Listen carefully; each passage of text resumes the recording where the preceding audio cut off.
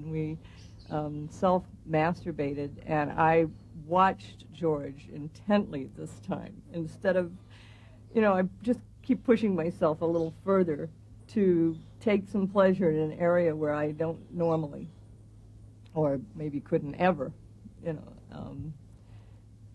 that was hot. That was hot. It sounds like you've taken some really good steps here.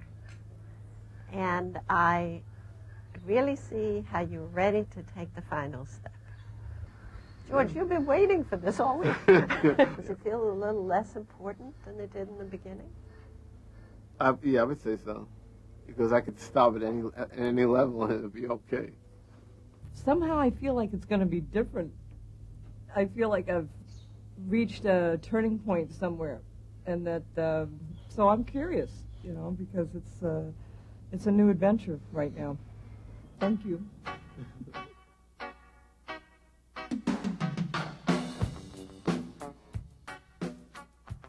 This is session 10. You're now at the final exercise, the one you've all been waiting for. Start out with the exercises we have done before. And then, when you straddle him and you get on top, put his penis inside, you can move as much as you want. Don't push for orgasm. Let it happen the way it happens. Gradually, when you get comfortable with this exercise, where many women enjoy being on top, and men can relax and not do the work, you may switch to other positions. But do that gradually and step by step. Tell me what's happened since I saw you last. Well, we went all the way. We had intercourse, finally. I did climax again. I think that's a record for me. I've orgasmed 4 times in 3 days. I think that's the... And I reached a double climax today, which was new for me.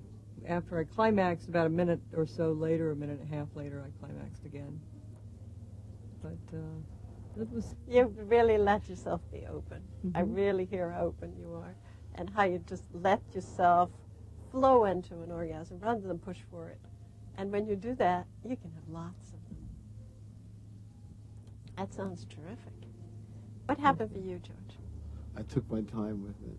When she first sat on me, 45 degrees, and I lost my erection, and I didn't panic like, oh my God, I lost my erection, what am I going to do? I really didn't, and it was like, it was okay.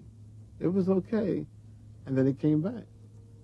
And it came back because I was relaxed about the fact that it was okay, I guess. And we both orgasmed, yeah.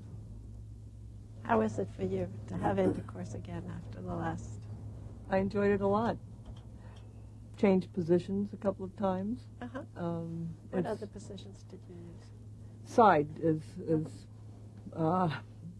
like a spoon, I guess. Spoon, I guess it's a shape or position. And also, George was on top of me when I climaxed. Are you more comfortable with George on top? Sometimes, although it's very much if I decide to take over and take my orgasm into my own hands and just really do that, and I know how to get on top of him and do that. Sometimes it's very good to do that on top.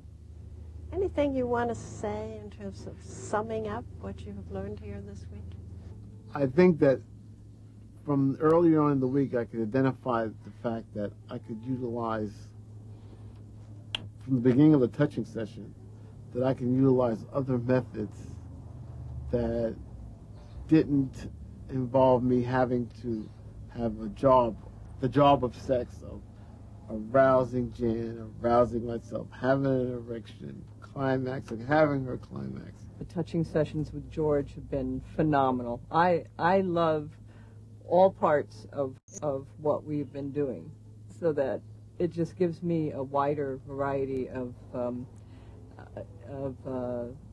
sexual turn-ons, really, because there are times when George has come home. I mean, if I'm fondling him, or if I'm, and we haven't made love in a few days or something, I can feel that there's a pressure on him.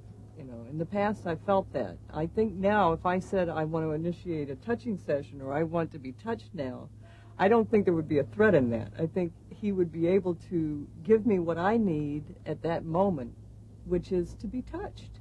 And then if I needed a climax, I could arrange that myself now. And whether he got aroused or not, it would not be the important thing. And I feel that that has been done here, that there's been a huge burden lifted for both of us.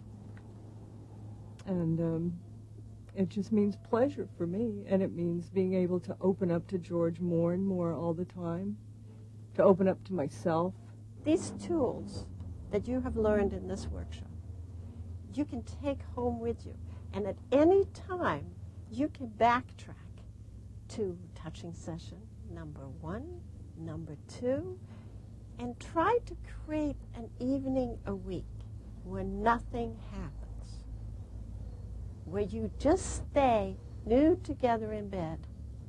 You bring in sandwiches, you don't cook that night, you just tell your friends that we're busy on Wednesdays. And make sure that you also make time to talk to each other and to share what you experience, like we have in these sessions here. I often suggest to couples that they go out of the house and go and sit maybe in a cafe or restaurant or, just somewhere else and talk to each other and tell each other, I experienced this and I experienced that. I really want to congratulate the two of you for what you have done here. It's been incredible. And you have really taken yourself into depths, and you have brought yourself some pleasure and some happiness out of this. And I suggest for all couples at the beginning of their marriage, or maybe even before marriage, that they would go through a process like this so they don't have to settle for less.